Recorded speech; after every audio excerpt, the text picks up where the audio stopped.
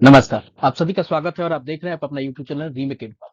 सक्षमता परीक्षा जो शिक्षक पास कर गए हैं उसके लिए बहुत बड़ी खबर आई है और ये खबर है कि के पाठक ने जो सर्टिफिकेट वेरिफिकेशन की प्रक्रिया है उसमें बहुत बड़ा बदलाव कर दिया। के पाठक क्योंकि बदलाव के लिए जाने जाते हैं और सख्त निर्णयों के लिए जाने जाते हैं, तो अभी जो सक्षमता परीक्षा जो शिक्षक पास कर गए हैं उनके सर्टिफिकेशन की प्रक्रिया आपको अवेटेड है और बहुत भांति भांति की खबर आ रही है, तो उसकी प्रक्रिया में बदलाव किया गया है और इस प्रकार की खबर आपको और वायरल हो रही है सोशल मीडिया के माध्यम से। तो उसी का विश्लेषण हम करेंगे और जानेंगे कि वो नए बदलाव क्या है और क्या ये बदलाव की खबर है ये पुख्ता है या ये बस अफवाह मात्र है।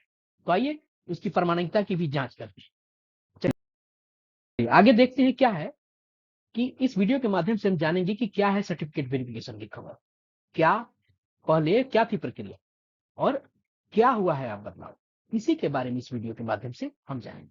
तो आइए देखते हैं कि खबर क्या है। खबर है आपको, उससे पहले हम कुछ चीज देखते हैं। आपके स्क्रीन पे एक चीज दिख रहा हो और ये बड़ा जाना पहचाना सा चीज है। जाना पहचाना है ना? ये जाना पहचाना इसलिए है कि जब आप फॉर्म भर रहे थे तो फॉर्म भरने के आपको जब फॉर्म फिल हो रहा था उस फॉर्म फिल में आपको ये सारी की सारी प्रक्रियाएं करनी थी। आपको याद होगा कि आपको एक फोल्डर जमा कराना था, कहाँ? बीआरसी फॉर्म भरना था, शपथ पत्र था। तो इसमें ध्यान से देखिए, ये सारी की सारी चीजें अब ये जो नई जो व्यवस्था आई है और नई प्रक्रिया की बात हो रही है उससे कहीं ना कहीं ये कनेक्ट हो रहा है।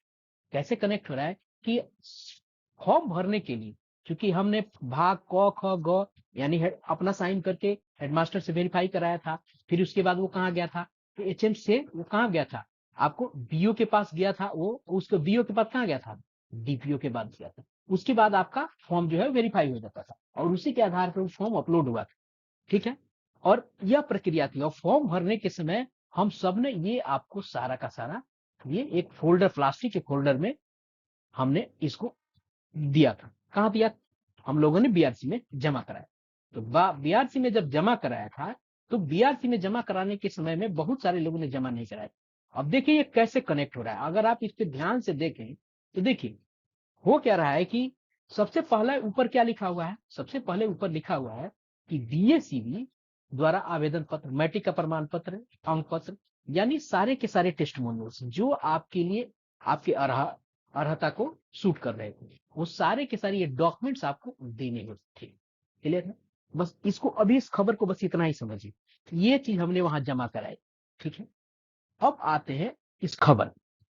अब खबर क्या है कि क्या है सर्टिफिकेशन, सर्टिफिकेट वेरिफिकेशन की खबर। तो खबर यह है कि 1,87,000 नियोजित शिक्षक जिन्होंने बिहार सरकार द्वारा आयोजित सक्षमता परीक्षा उत्तीर्ण कर विशिष्ट शिक्षक बनने का इंतजार कर रहे हैं, ये ऐसे सभी शिक्षकों को सर्टिफिकेशन वेरिफिकेशन की प्रक्रिया में शिक्षा विभाग के अपर मुख्य सचिव के पाठक ने बदलाव किया है।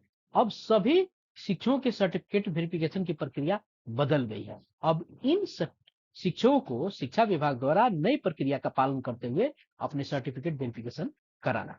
यह खबर यह है कि अब प्रक्रिया बदल गई है और नए तरीके से उसको सर्टिफिकेट वेरिफिकेशन कराना पड़ेगा। तो सबसे पहले समझना जरूरी है कि पहले क्या थी प्रक्रिया।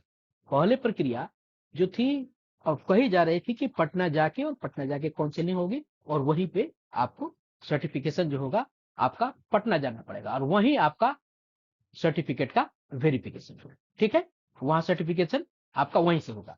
अब नया बदलाव जो हुआ है और नए बदलाव में क्या कहा गया? नए बदलाव में कहा गया है कि शिक्षा विभाग के कर्मी प्रखंडवार शिक्षकों की सूची ब्लॉक से लेंगे। कौन? शिक्षा विभाग के कर्मी प्रखंड के सभी शिक्षकों की सूची आपको ब्लॉक से लेंगे, यहाँ बीआरसी से लेंगे।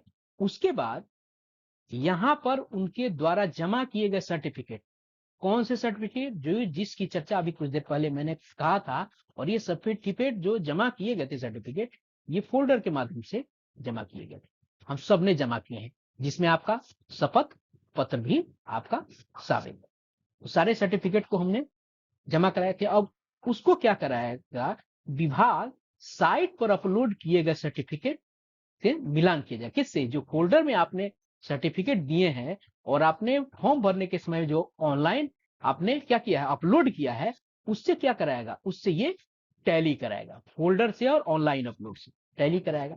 और पहले चरण टैली कराने का प्रक्रिया करेगा ये। पहले चरण में बिहार बोर्ड से जिले में मौजूद शिक्षकों के शैक्षिक प्रमाण पत्र की जांच हो जाएगी। उसके बाद जो अन्य बोर्ड से होंगे, यानी अन्य राज्य के बोर्ड से होंगे, उनका होगा। ये उनका अपना स्टेप्स है, ये उनके चरण है।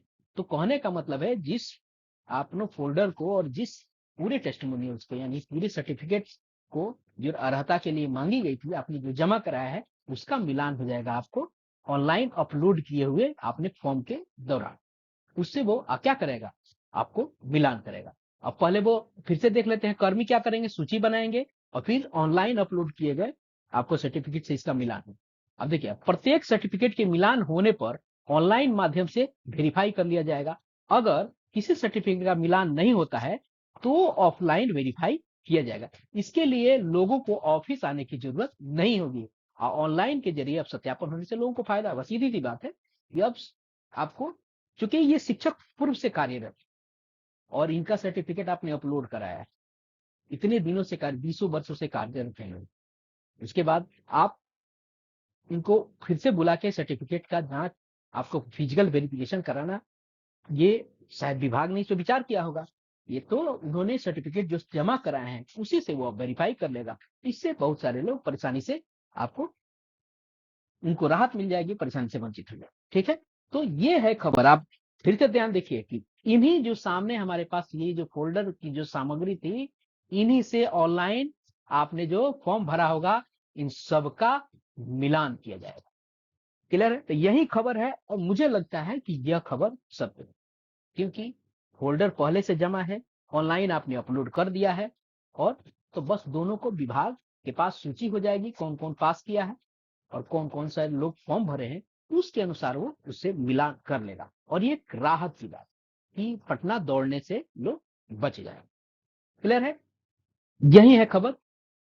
आज के लिए इतना ही, अभी के लिए इतना ही। मिलते हैं नए वीडियो में नए संदेश के साथ, नई इन्फॉर्मेशन के साथ। तब तक अपना ख्याल रखिए। धन्यवाद। जय हिंद।